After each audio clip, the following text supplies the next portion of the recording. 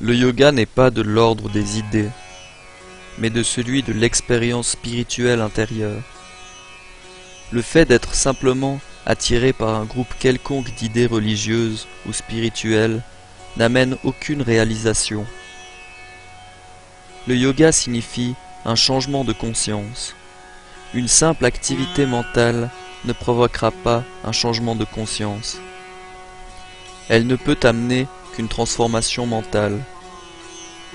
Et si votre mental est suffisamment mobile, il continuera de passer d'une chose à l'autre jusqu'à la fin, sans parvenir à aucune voie sûre, ni à aucun havre spirituel.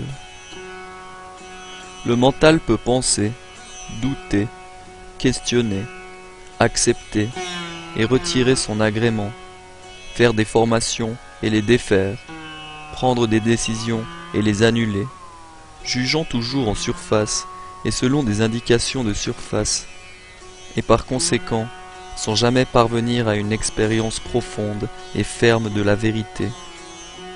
Par lui-même, il ne peut pas faire davantage. Il y a seulement 3 moyens par lesquels il peut faire de lui-même un canal ou un instrument de la vérité. Ou bien il doit tomber en silence, dans le soi, et faire place à une conscience plus grande et plus vaste, ou bien il doit se rendre passif à une lumière intérieure et laisser cette lumière l'utiliser comme moyen d'expression. Ou bien encore, il doit lui-même se transformer du mental superficiel, intellectuel, interrogateur qu'il est actuellement, en une intelligence intuitive, en un mental de vision capable de percevoir directement la vérité divine. Le mental silencieux est un résultat du yoga. Le mental ordinaire n'est jamais silencieux. Les penseurs et philosophes n'ont pas le mental silencieux. Ce qu'ils ont, c'est le mental actif. Mais naturellement, ils se concentrent, si bien que la mentalisation incohérente s'arrête et que les pensées qui s'élèvent ou entrent et se forment sont limitées de façon cohérente au sujet ou à l'activité auquel ils s'intéressent. Mais c'est tout autre chose que lorsque le silence s'empare du mental tout entier. C'est dans le silence du mental que peut se manifester l'action la plus forte et la plus libre. Par exemple, composer un livre, de la poésie, un discours inspiré. Lorsque le mental est actif, il entrave l'inspiration, introduit ses propres petites idées qui s'enchevêtrent à l'inspiration, ou bien il commence quelque chose à partir d'un plan inférieur, ou simplement arrête net l'inspiration par une grande ébullition de suggestions mentales. De même aussi, intuition, action, etc. peuvent venir plus facilement lorsque le mouvement inférieur ordinaire du mental est absent. C'est aussi dans le silence du mental que la connaissance arrive le plus aisément, soit de l'intérieur, soit d'en haut, c'est-à-dire du psychique ou de la conscience supérieure.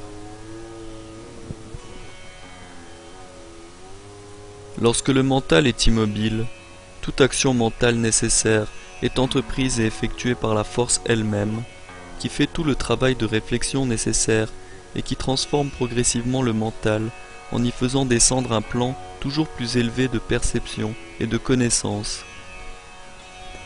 Pour connaître la volonté divine, il faut un mental paisible. Dans un mental paisible, tourné vers le divin, l'intuition, ou le mental supérieur, vient de ce qui est la volonté divine et de la meilleure façon de lui obéir.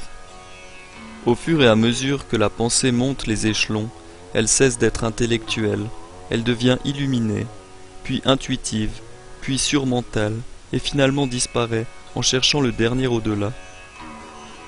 La pensée n'est pas ce qui donne la connaissance, c'est le médiateur entre l'inconscient et le supraconscient.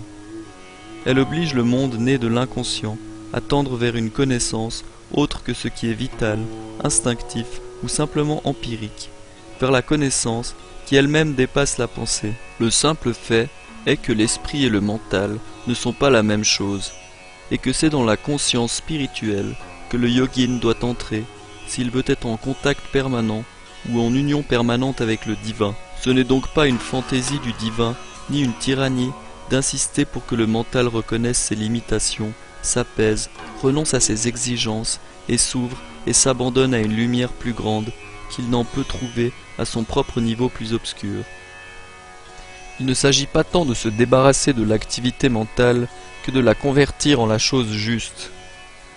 Ce qui doit être dépassé et transformé, c'est la raison intellectuelle qui voit uniquement les choses de l'extérieur, par analyse et inférence, et qui, lorsqu'elle ne le fait pas, se contente de jeter un regard rapide et de dire « c'est ainsi » ou « ce n'est pas ainsi ».